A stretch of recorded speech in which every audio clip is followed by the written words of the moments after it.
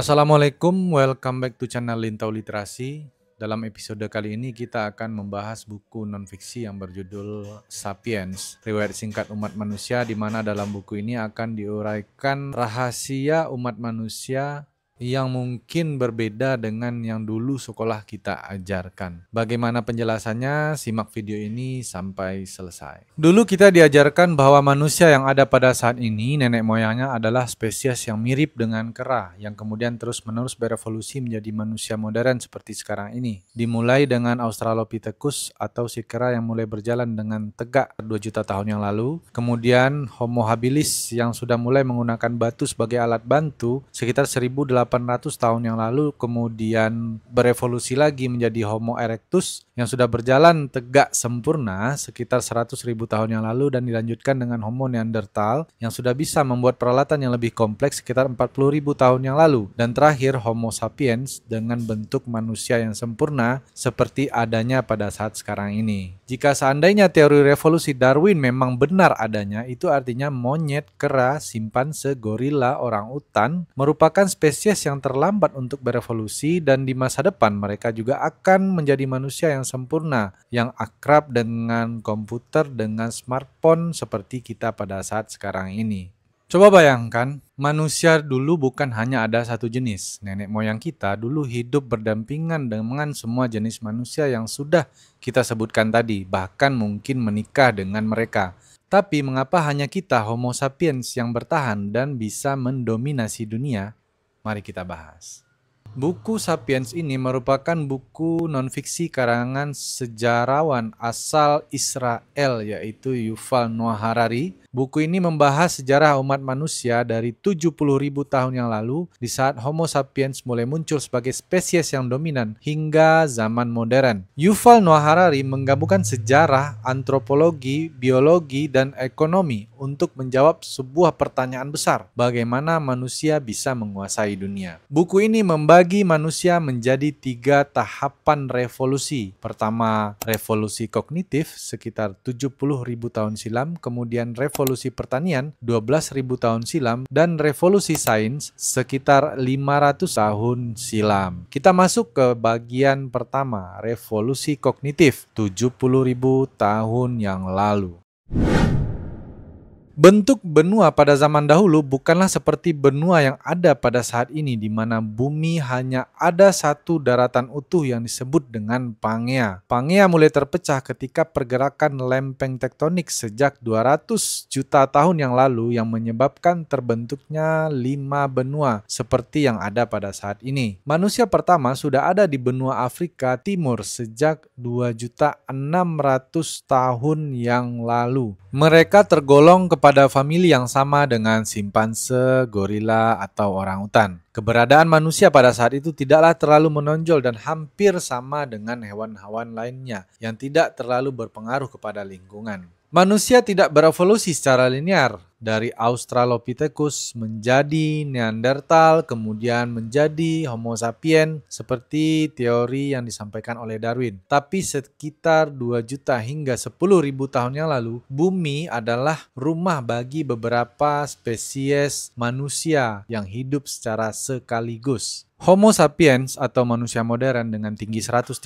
cm sampai 210 cm, dengan berat badan 30 sampai 150 kg dan volume otak 1300 cc memiliki genus yang sama dengan pertama, Homo neanderthal atau manusia Eropa dan Asia Barat yang ada sejak 40.000 sampai 400.000 tahun yang lalu, dengan tinggi 150 sampai 175 cm dan berat 64 sampai 82 kg dan volume otak 1700 cc, memiliki tubuh lebih gempal dan berotot dan beradaptasi dengan iklim yang dingin pada zaman es. Kemudian yang kedua, Homo rudolfensis atau manusia Afrika Timur yang hidup pada 1.900.000 tahun yang lalu, dengan tinggi 145 cm sampai dengan 160 cm dan berat 52 kg dengan volume otak sebesar 700 cc. 3. Homo erectus atau manusia tegak yang tinggal di Asia Timur sekitar 1.900.000 tahun yang lalu dengan tinggi 165 sampai 180 cm, volume otak 850 cc. Yang keempat, Homo soloensis atau manusia yang menempati wilayah tropis sekitar 117.000 sampai 108.000 tahun yang lalu dengan tinggi 165 cm sampai 180 cm, volume otak sekitar 1000 cc.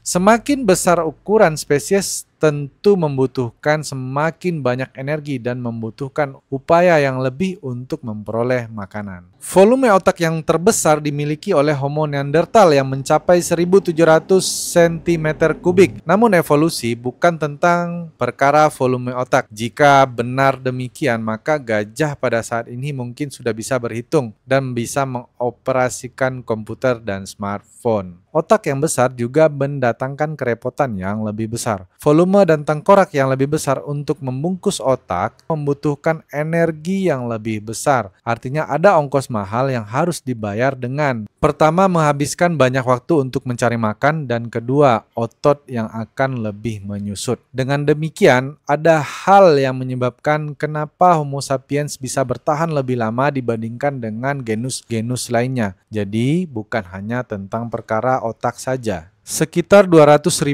tahun yang lalu, Homo erectus, Neanderthal, dan Sapiens telah menggunakan api untuk memasak agar lebih mudah untuk mencerna makanan dan membunuh parasit. Manusia mempercepat penyerapan makanan 5 kali lebih cepat daripada simpanse. Dengan adanya penemuan api ini memungkinkan manusia untuk memiliki lebih banyak jenis makanan dalam waktu yang relatif singkat, dan dampaknya kepada gigi-gigi manusia lebih kecil dan usus mereka menjadi lebih pendek. Sejumlah ilmuwan percaya bahwa usus yang panjang dan otak yang besar sama-sama membutuhkan energi yang besar dan sulit untuk memiliki keduanya secara sekaligus. Jadi, harus memilih jika ingin bertahan hidup lebih lama. Pada 150.000 tahun yang lalu, sapiens di Afrika Timur memiliki gigi yang kecil, usus yang pendek, dan otak yang sudah membesar. 50.000 tahun kemudian merupakan awal dari pertemuan sapiens dengan Neanderthal atau manusia gua yang berambut dan berkulit terang, yang brutal dan bodoh, yang memiliki otak lebih besar dan otot yang kuat karena mereka sudah beradaptasi dengan iklim yang dingin. Mereka juga sudah bisa menggunakan api. Pada saat itu, sapiens dipaksa mundur karena mendapat penolakan dari penduduk setempat atau Homo neanderthal, ditambah lagi dengan iklim yang dingin dan penyakit yang belum mereka pernah alami sebelumnya. Pada 30.000 tahun kemudian, Homo sapiens kembali melakukan penyebaran kedua ke seluruh Afrika dan daratan Eropa Asia. Dalam beberapa teori menyatakan bahwa Homo sapiens melakukan kawin campur dengan penduduk setempat. Di daratan Eropa Asia, Homo sapiens kawin dengan Homo neanderthal. Kemudian untuk di Asia Timur, yaitu Tiongkok dan kawasan Korea, Homo sapiens kawin dengan Homo erectus. Sapiens sebagai pendatang mulai melakukan buruan kepada rusa dan hewan-hewan lainnya serta mengumpulkan makanan seperti kacang-kacangan, buah beri, dan lain-lain yang merupakan makanan tradisional bagi Homo neanderthal. Mereka merupakan pemburu yang lebih baik karena teknologi serta koordinasi dan keterampilan sosial dalam berburu. Kondisi ini menyudutkan Homo neanderthal yang kalah cerdik dan menyulitkan mereka untuk memenuhi kebutuhan. Sapiens berhasil mendesak Neanderthal sehingga mengakibatkan kepunahan pada 30.000 tahun yang silam. Selain melakukan invasi kepada Neanderthal, Homo sapiens juga mulai membuat perahu, lampu minyak, dan anak panah yang kemudian 25.000 tahun setelah itu mereka mulai mendarat di daratan Australia. Yang menyebabkan Homo sapiens bisa bertahan lebih lama adalah revolusi kognitif dalam berbahasa. Bahasa sapiens lebih luas dan tidak terbatas dibandingkan dengan spesies lainnya. Mereka lebih sering berinteraksi dengan sesamanya karena sudah terbiasa hidup di wilayah yang lebih banyak disinari oleh matahari. Bahasa sapiens lebih luas dan dengan itu mereka bisa bercerita. Sedangkan spesies lain juga memiliki bahasa, namun bahasa mereka terbatas dan sifatnya hanya menginformasikan. Dalam pertarungan satu lawan satu, Neanderthal bisa mengalahkan Sapiens. Namun dalam konflik komunal yang melibatkan banyak orang, Neanderthal tidak akan bisa mampu untuk menang melawan Sapiens. Orang Neanderthal mungkin bisa memberitahu kelompoknya tentang keberadaan musuh, tapi tidak sama dengan Sapiens yang selain memberitahu keberadaan musuh, mereka juga bisa menceritakan kondisi musuh, diantaranya jumlah, senjata, arah kedatangan, dan lain-lain. Jadi secara berkelompok, Sapiens lebih unggul dalam berburu dan berperang melawan spesies lainnya. Homo Neanderthal jika memiliki kelompok yang semakin besar, maka keutuhan kelompoknya akan menjadi goyah dan lama-kelamaan mereka akan terpecah. Dan kelompok yang terpecah ini tidak akan melakukan kontak dengan kelompok induk atau kelompok awal. Dan itu tidak sama dengan Homo sapiens yang jika kelompok awal sudah terpecah, mereka masih memiliki hubungan sosial antara satu dengan yang lainnya. Kemampuan untuk bekerja sama dalam jumlah yang besar ini kelak akan menghasilkan kerjasama yang lebih luas yang disebut dengan budaya. 12.000 tahun yang lalu manusia sudah memasuki masa berburu dan mengumpulkan makanan. Tapi mereka belum memiliki akses kepada api.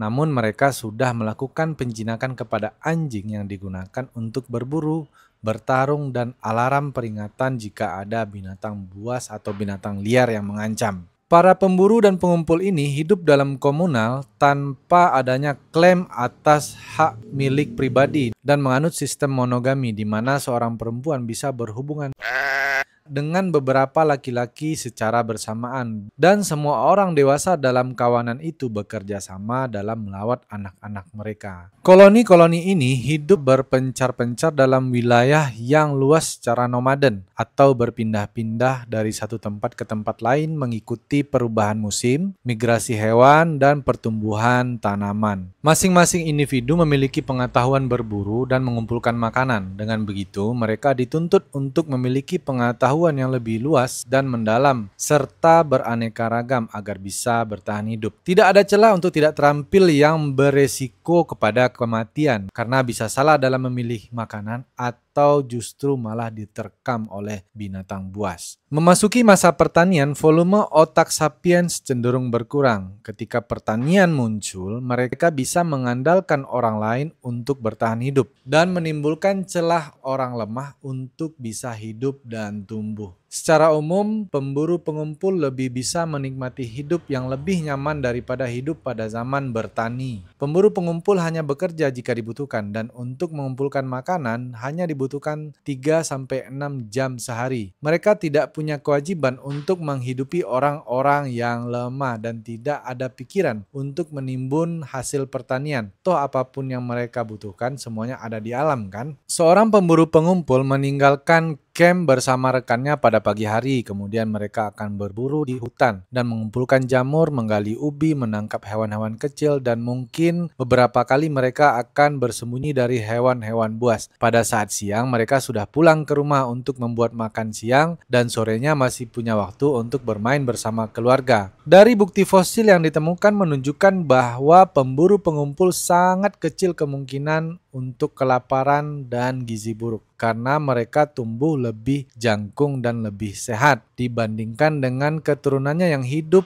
hingga pada saat ini. Mereka para pemburu pengumpul rata-rata berumur panjang, diantaranya 60-80 tahun bahkan lebih. Seleksi alam sudah ada sejak bayi dilahirkan, di mana hanya bayi-bayi yang kuat dan sehat yang bisa bertahan hidup. Dan sejak masa kecil hingga dewasa, mereka makan makanan yang beraneka ragam dengan nutrisi dan gizi yang cukup ideal. Pemburu pengumpul bukanlah jenis yang kebal terhadap bencana alam. Dengan tidak bergantung pada satu jenis makanan ini, menghindarkan mereka dari bencana paceklik, kekeringan, kebakaran, atau bencana alam lainnya. Mereka lebih mampu untuk mengatasi masalah kelaparan dan kesulitan lainnya. Bila makanan pokok mereka hilang, mereka bisa mencari alternatif buruan atau makanan-makanan lainnya. Sejumlah ilmuwan menemukan bahwa masyarakat pemburu pengumpul hidup dengan damai. Perang dan kekerasan baru mulai muncul sejak adanya revolusi pertanian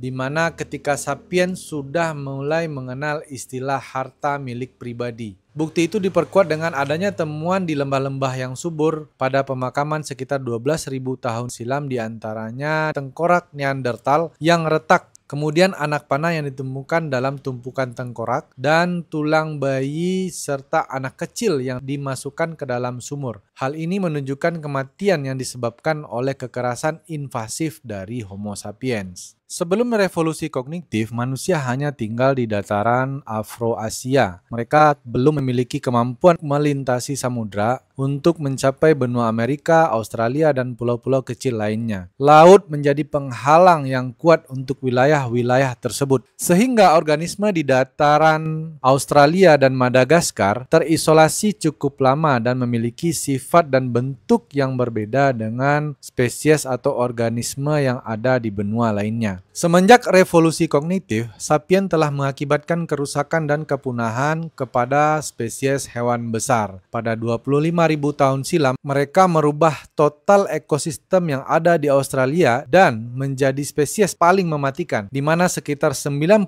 megafauna punah akibat invasi, seperti diantaranya Diptrodon, sejenis wombat dengan berat sekitar 2,5 ton, kemudian kanguru besar dengan berat 200 kg, singa berkantung, dan lain-lain. Demikian pula pada 10.000 tahun silam, mamut atau gajah raksasa yang ada di Antartika juga mundur secara perlahan dan mendadak hilang pada 4.000 tahun yang silam. Pertanyaannya, kenapa satwa besar lebih cepat punah? Jadi, manusia berkembang biak dengan cepat dan masif. Setiap anak yang lahir akan dirawat bukan hanya oleh ibunya, tapi juga oleh seluruh anggota kelompok. Hal ini memperbesar kemungkinan keselamatan pada bayi dan anak-anak hingga mereka dewasa. Perkembangan manusia benar-benar seperti deret ukur yang berkelipatan 2 setiap tahunnya. Namun satwa besar butuh waktu lama untuk berkembang biak, ditambah lagi dengan jeda yang cukup lama antar kehamilan yang satu dan kehamilan berikutnya. Jika setiap bulan manusia membunuh 1 ekor saja Diptrodon atau mamut, maka ini sudah cukup untuk menyebabkan angka kematian yang lebih besar daripada angka kelahiran hewan tersebut, dan untuk waktu yang lama sudah pasti akan memusnahkan populasi Diptrodon maupun mamut. Satwa-satwa besar ini awalnya mereka tidak akan takut atau kaget apalagi menjauh setelah melihat manusia yang berkaki 2 ini. Mereka mungkin hanya melirik sebentar kemudian akan melanjutkan aktivitas makan tanpa ia sadari dari belakang makhluk berkaki 2 itu sudah melemparkan tombak untuk memburu mereka. Berbeda dengan satwa besar yang ada di Afrika, Eropa, dan Asia, di mana mereka sudah 400.000 tahun silam hidup berdampingan dengan Homo sapiens, yang menyebabkan mereka sudah mampu untuk beradaptasi dengan cara menjauh dari kehidupan sapiens. Untuk bumi belahan barat, Homo sapiens berhasil mencapai Amerika sekitar 14.000 tahun yang lalu melalui daratan utara Siberia yang bersalju dengan berjalan kaki karena pada saat itu permukaan laut masih cukup rendah. Mereka beradaptasi dengan membuat sepatu kulit salju dan pakaian berbulu tebal. Migrasi mereka disebabkan oleh tekanan perang, bencana alam, dan tujuan untuk mendapatkan buruan yang besar, yaitunya gajah raksasa atau mamut. Dari Amerika Utara dilanjutkan ke Mississippi, kemudian gurun Meksiko, Amerika Tengah, dan Amerika Selatan. Dan dalam 10.000 tahun, sapiens keturunan Siberia sudah berhasil menduduki hingga Amerika Selatan, yang juga melenyapkan fauna-fauna besar seperti mamut, mastodon, yaitu gajah raksasa yang ukurannya lebih kecil daripada mamut dengan gading yang lurus. Kemudian hewan pengerat sebesar beruang, saber-tooth atau singa bertaring panjang. Kemudian kukang tanah raksasa dengan berat 8 ton, reptil, burung, dan hewan-hewan lainnya.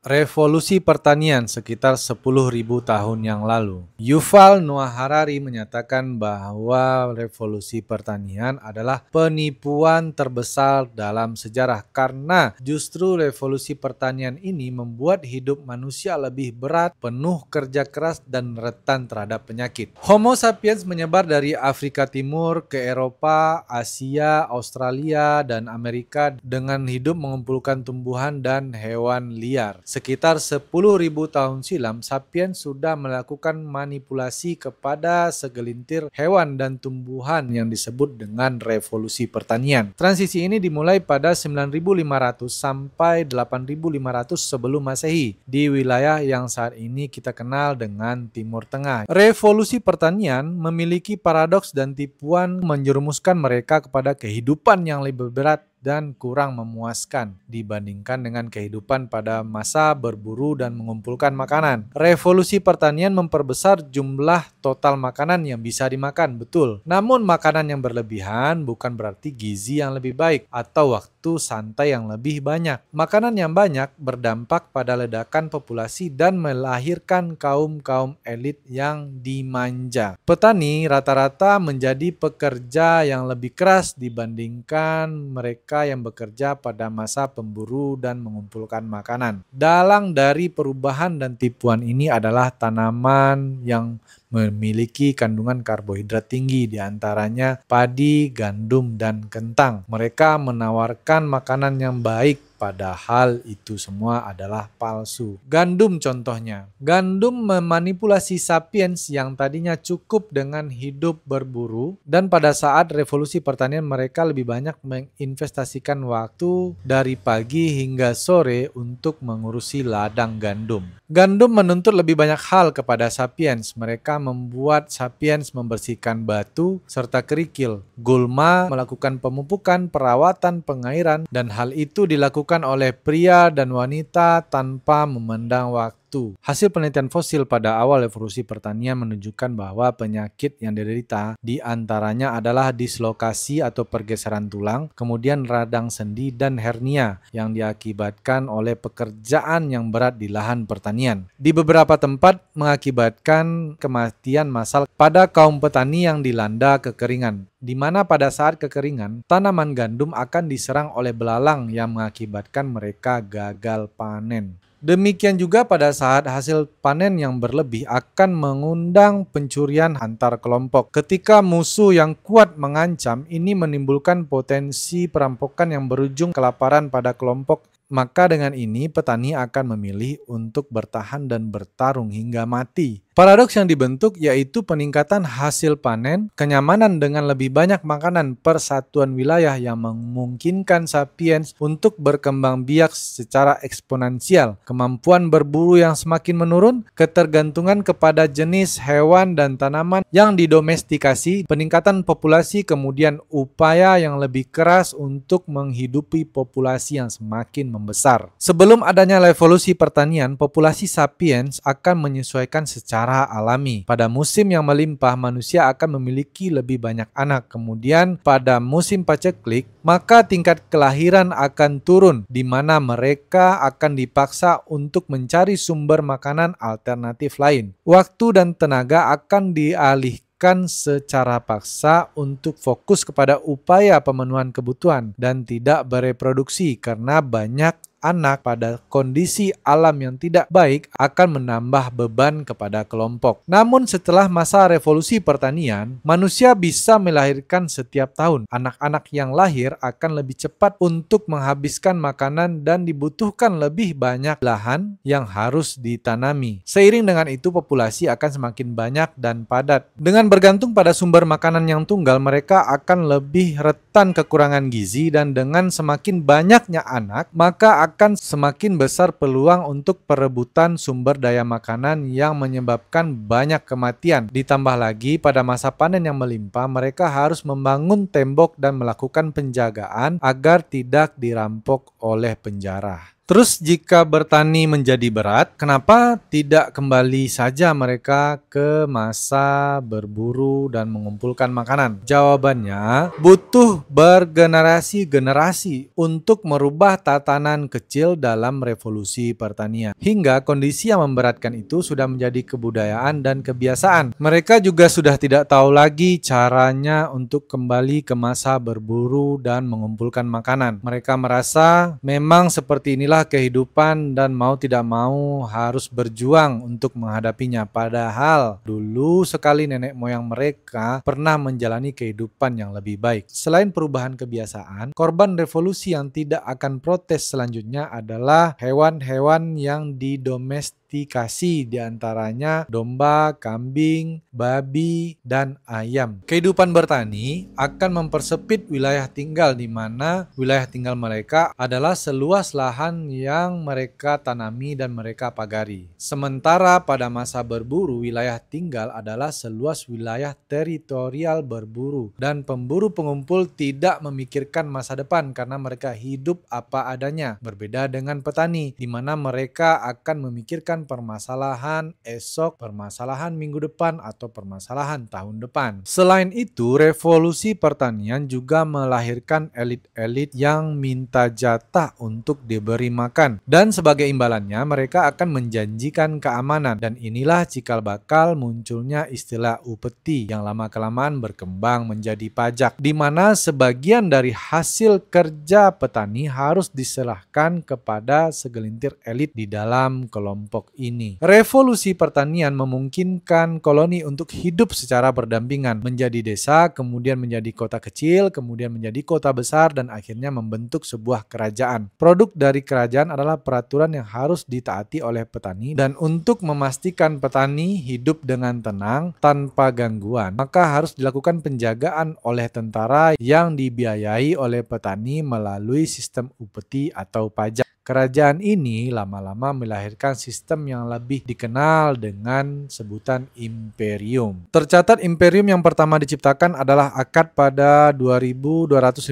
sebelum Masehi dengan rakyat yang lebih kurang 1 juta jiwa dan pasukan 5.440 prajurit. Kemudian dinasti Qin pada 221 sebelum Masehi dengan 40 juta rakyat dan 100.000 orang pejabat. Kemudian Kekaisaran Romawi pada 625 sebelum Masehi yang menarik pajak dari 100 juta rakyat dan memiliki 250.000 sampai 500.000 orang prajurit. Nah, imperium ini merupakan bentuk dari jejaring kerjasama massal yang melakukan penghisapan pajak dari petani. Pada masa revolusi pertanian, masyarakat yang akrab memiliki sistem ekonomi swasembada yang memenuhi kebutuhan sendiri dengan memanfaatkan apapun yang berada di sekitarnya. Saling tolong-menolong dengan tetangga untuk keperluan yang tidak bisa dilakukan sendiri, dan barter dengan orang luar untuk beberapa barang yang tidak bisa dihasilkan sendiri. Namun dengan semakin kompleksnya kehidupan memunculkan spesialisasi dan perdagangan antar wilayah, dan tidak mungkin dilakukan dengan sistem swasembada tolong-menolong ataupun barter, mengingat perjalanan dari satu tempat ke tempat lain membutuhkan waktu dan juga melalui medan yang beraneka ragam. Ya, akan menyusahkan kalau mesti membawa barang-barang barteran itu kemana-mana. Untuk penukaran, awalnya menggunakan cangkang bilalu atau kerang-kerang laut yang bentuknya unik dan indah. Kemudian berangsur kepada kepingan logam yang memiliki nilai atas dasar kesepakatan bersama. Uang yang pertama kali dikenal adalah uang jelai bangsa Sumeria sekitar 3000 sebelum Masehi, di mana satu sila jelai itu setara dengan satu mangkok takaran yang sudah diakui secara bersama-sama. Pada saat itu, seorang buruh laki-laki diupah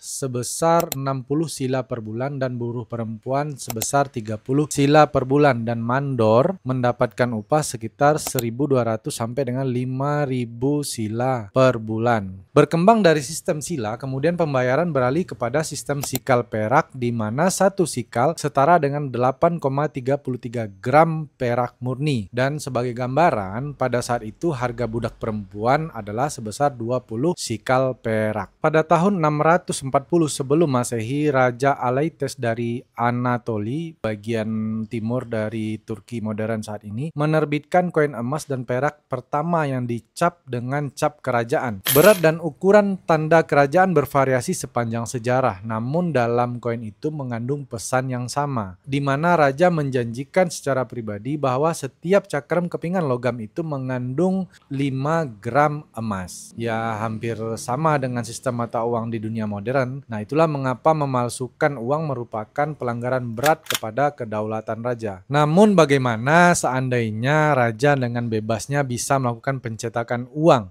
tanpa ada jaminan yang pasti sebesar 5 gram emas untuk setiap kepingan logam yang baru dicetak?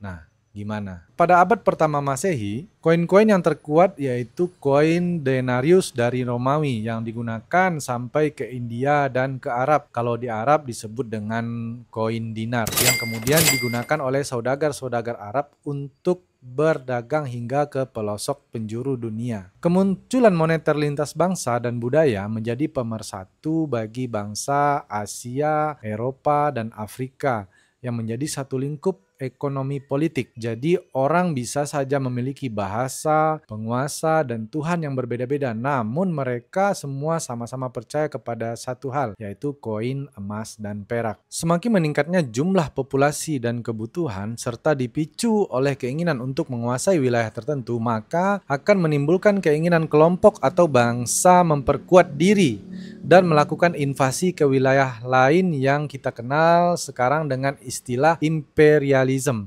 yang nantinya akan melahirkan imperium. Dalam pertempuran, imperium bisa jadi kalah, tapi ia selalu menang dalam peperangan. Imperium kuno yang terkenal diantaranya adalah Romawi yang berpusat di Italia, kemudian dinasti Mughal yang berpusat di India, dan Imperium Han di Tiongkok, Asia Timur. Sistem imperium ini masih berlanjut namun berganti nama menjadi kolonisasi yang berakhir atau selesai dengan berakhirnya Perang Dunia Kedua. Imperium sampai dengan akhir Perang Dunia Kedua yang terkenal yaitu Belanda, Perancis, Inggris, yang mana pendiriannya bersimbah darah dan melalui penguasaan serta penindasan dalam perang. Demikian pula imperium yang berada di Indonesia, baik sejak penjajahan Jepang, kemudian kita tarik mundur ke zaman Belanda, Inggris, Spanyol, Portugis, kerajaan-kerajaan Islam, dan terakhir pada masa kerajaan Hindu-Buddha, di mana imperium-imperium yang disebutkan tadi itu bertahan hidup dari harta rampasan perang dan pungutan pajak rakyat yang pada saat itu satu-satunya pekerjaan rakyat adalah bertani.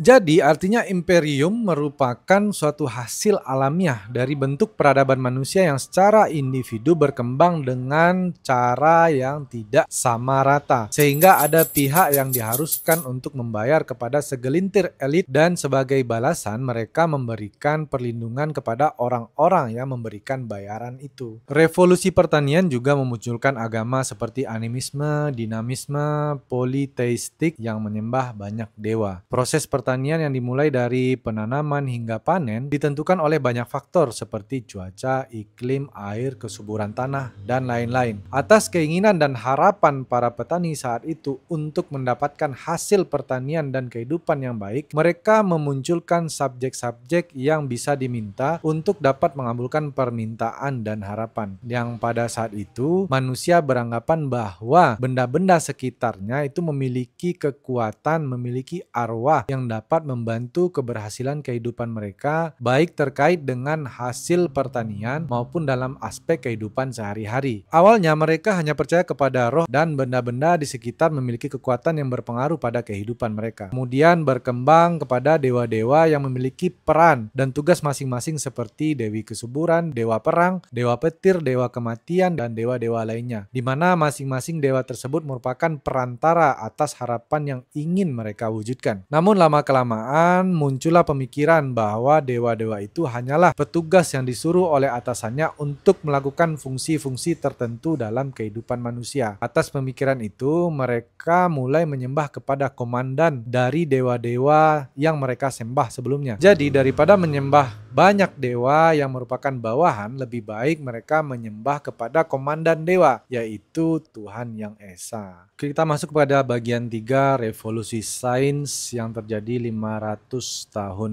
terakhir. Sebelum tahun 1500-an, manusia hanya terbatas pada kehidupan di darat saja, di mana udara hanya dikuasai oleh burung dan langit dikuasai oleh dewa-dewa. Doktrin yang kuat pada masa sebelum revolusi sains, yaitunya pertama, agar mendapatkan pengetahuan yang dibutuhkan cukup dengan mendatangi orang-orang yang dianggap bijak seperti tabib, dukun, dan pemuka agama. Kedua, apapun yang dewa agung atau orang bijak pada masa lalu yang tidak bersusah payah untuk memberitahu kita, maka hal itu tidaklah penting. Contoh, misalkan bagaimana cara anak sapi berkembang di dalam rahim induknya, kemudian bagaimana siklus metamorfosis seekor kupu-kupu atau seekor katak, itu tidaklah hal yang penting untuk dipelajari. Nah, jika ada individu yang melenceng dari kedua prinsip pemahaman itu, dia akan dianggap orang aneh dan pantas untuk didiskriminasi, ditindas, atau yang lebih parah lagi, pantas untuk dibunuh.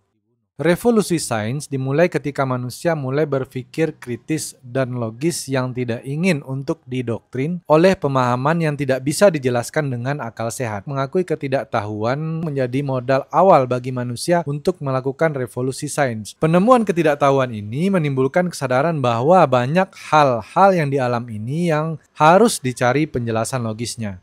Kebanyakan penguasa dan pebisnis pra-modern tidak membiayai penelitian guna untuk mengembangkan teknologi baru, dan kebanyakan ilmuwan atau pada saat itu disebut dengan pemikir juga tidak berupaya untuk mentransformasikan temuan mereka dalam bentuk teknologi. Pembiayaan pendidikan hanya bertujuan untuk menyebarkan pengetahuan tradisional guna menopang tatanan yang ada dan mempertahankan sebuah hegemoni. Kemajuan para pengrajin atau sebutlah teknisi disebabkan oleh usaha mereka dalam coba-coba, bukan berdasarkan penelitian yang didasarkan kepada sains. Hasilnya terkadang memang bagus, namun tidak akan pernah maksimal karena upaya mereka juga hasil sendiri dan riset coba-coba. Apakah kondisi ini sama dengan negara kita di Indonesia? Seandainya hasil sains yang digembar-gemborkan di media sosial tentu akan berdampak pada kehidupan masyarakat. Saat ini media sosial banyak menyajikan santapan untuk kepuasan dopamin yang bersifat sementara melalui tayangan berita dan gosip yang sebenarnya tidak akan terlalu berdampak atau berpengaruh kepada kehidupan penontonnya. Sesaat memang menyenangkan untuk mengkonsumsi berita-berita melalui scroll-scroll TikTok, Instagram, Facebook, dan lain-lain. Namun setelah 1-2 jam melakukan aktivitas itu, kita akan kembali ke ladang untuk mencangkul. Mencangkulnya ya macam-macam, ada yang kerja kantoran, ada yang kerja di toko, ibu rumah tangga yang kembali memasak dan menyapu,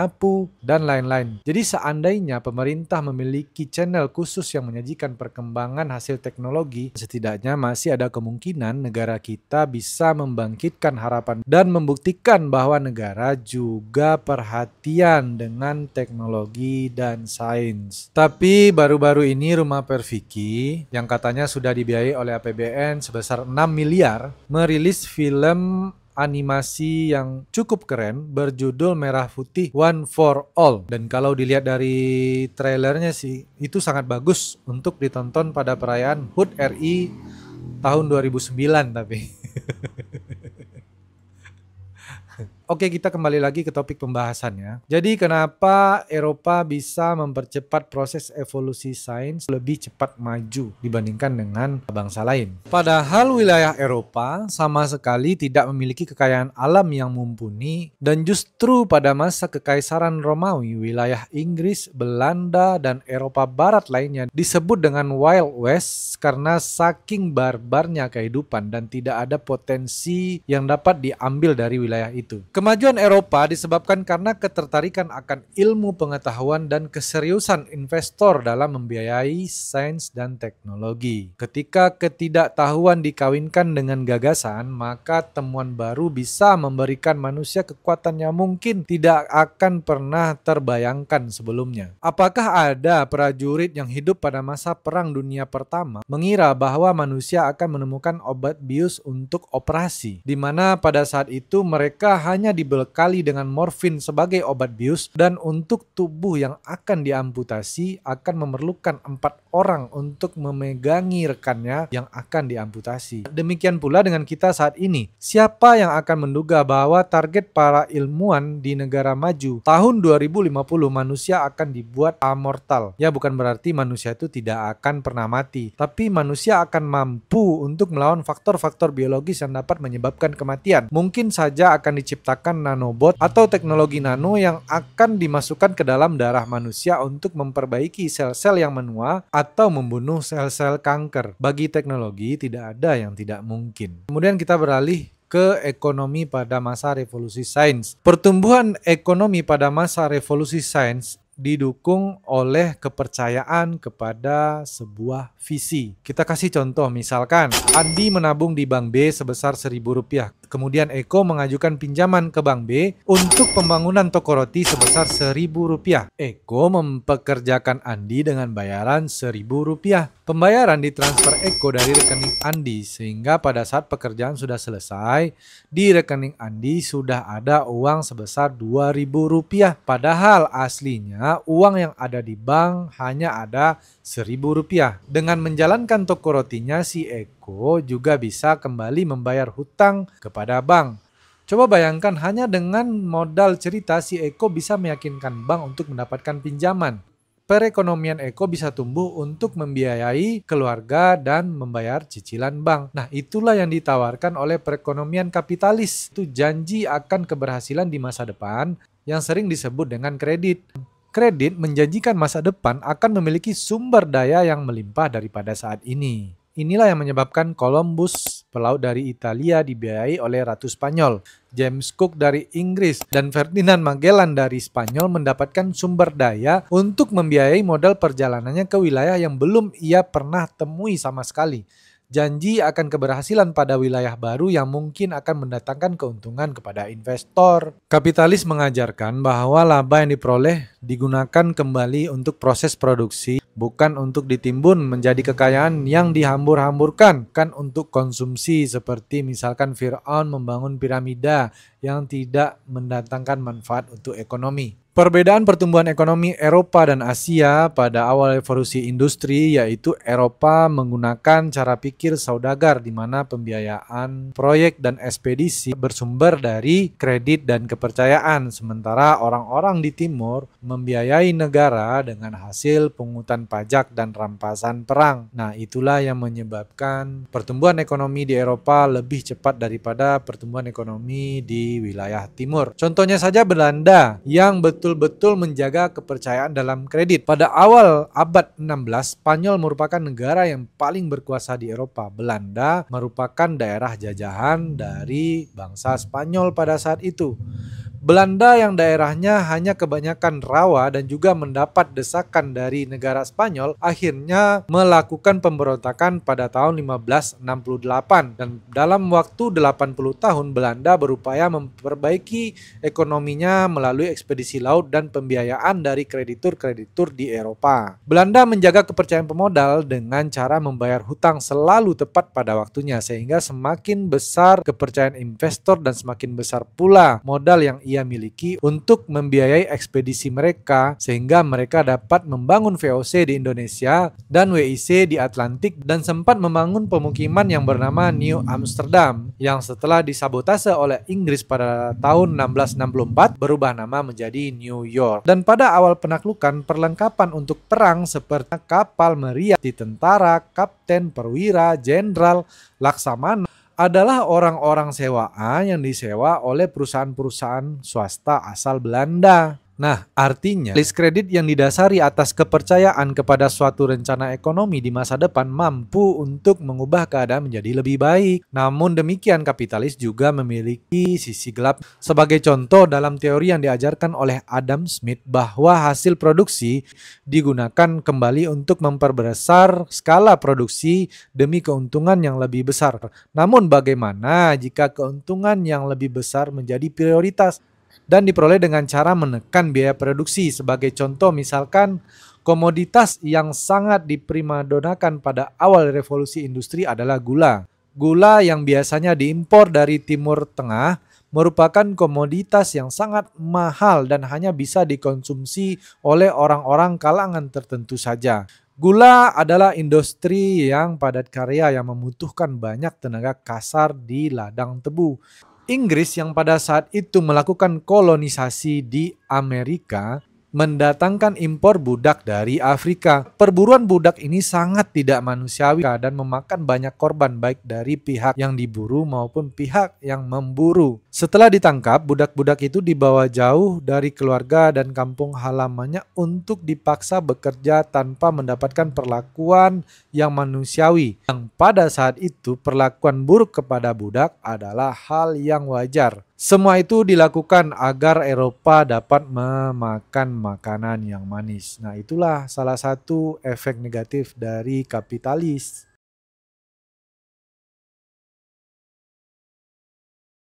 Dalam revolusi sains, manusia mempercayai bahwa energi dapat dimodifikasi. Hukum kekekalan energi menyatakan bahwa energi tidak dapat diciptakan dan tidak dapat dimusnahkan. Setiap hari, bumi mendapatkan energi dari sinar matahari yang dapat menumbuhkan tanaman, menghasilkan energi listrik dan panas untuk kehidupan, menghasilkan oksigen dari fotosintesis tanaman, dan lain-lain. Artinya dengan demikian bumi secara terus-menerus menerima energi yang tidak akan pernah habis-habisnya. Jika memang demikian, kenapa kita diarahkan oleh orang tua dan pemerintah untuk bisa menghemat energi?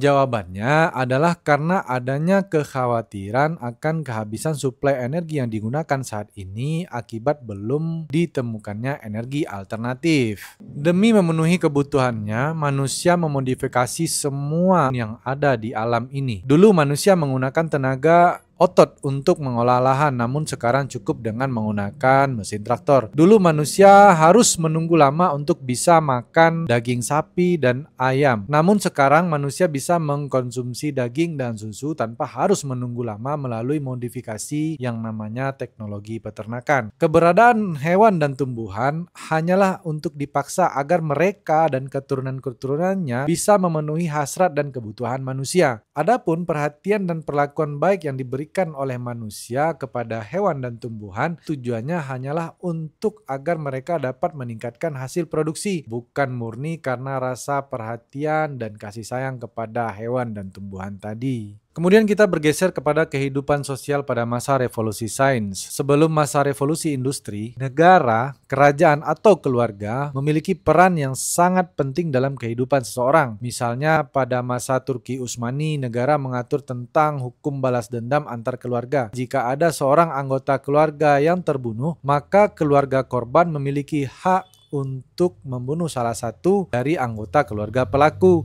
Kemudian di Tiongkok, di mana penduduk ditata dalam sistem baojia. 10 keluarga dibentuk dalam 1 jia dan 10 jia dibentuk dalam 10 bao. Dan jika ada anggota bao yang melakukan kesalahan, maka anggota-anggota lain pun juga akan dihukum. Kemudian untuk sistem perpajakan langsung dipungut oleh ketua bao. Jadi pemerintah bisa menghemat anggaran untuk mempekerjakan petugas pajak. Sistem seperti ini sangat memungkinkan untuk saling menjaga bagi sesama anggota keluarga. Jika sepasang kekasih akan melakukan pernikahan, maka untuk menentukan pasangan yang akan dinikahi biasanya berdasarkan hasil dari musyawarah keluarga besar. Dan jika seseorang sudah tidak punya keluarga, pada saat itu bisa dikatakan orang itu sudah meninggal karena sudah tidak ada lagi tempat berlindung dan bernaung baginya. Berbeda dengan saat sekarang ini di mana ayah dan ibu dari manusia adalah negara dan pasar yang menyediakan perlindungan, pendidikan, kesehatan, kesejahteraan, dan pekerjaan. Kehidupan pribadi pun diserahkan sepenuhnya kepada masing-masing individu selagi tidak melanggar aturan negara. Dan untuk memenuhi kebutuhan hidup bisa diambil sebebas-bebasnya dan sepuas-puasnya dari ketersediaan pasar. Kebebasan ini akan meningkatkan kemampuan individu untuk bisa mencapai titik tertinggi dari kesadarannya. Kekayaan utama dari sebuah negara maju bukan lagi terletak pada kekayaan sumber daya alamnya, tapi dari sumber daya manusianya. Dan sangat dimungkinkan di masa depan sudah tidak ada lagi sistem negara yang membatasi pergerakan manusia, di mana manusia di masa depan dapat dengan bebas melakukan perjalanan untuk tinggal dan memiliki kehidupan yang damai dimanapun yang ia mau, karena seluruh manusia di bumi sudah bersatu dan diatur oleh suatu peraturan dan ketentuan yang sama. Homo sapiens yang dulunya